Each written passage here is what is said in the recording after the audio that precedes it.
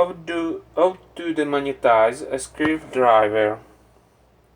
We have to demagnetize this screwdriver.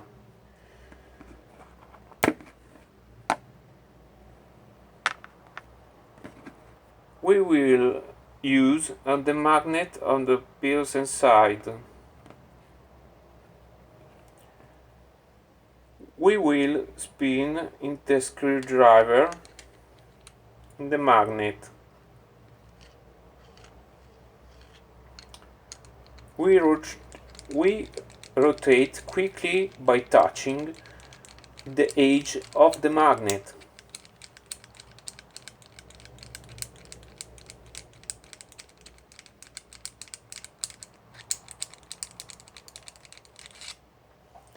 The screwdriver demagnetizes.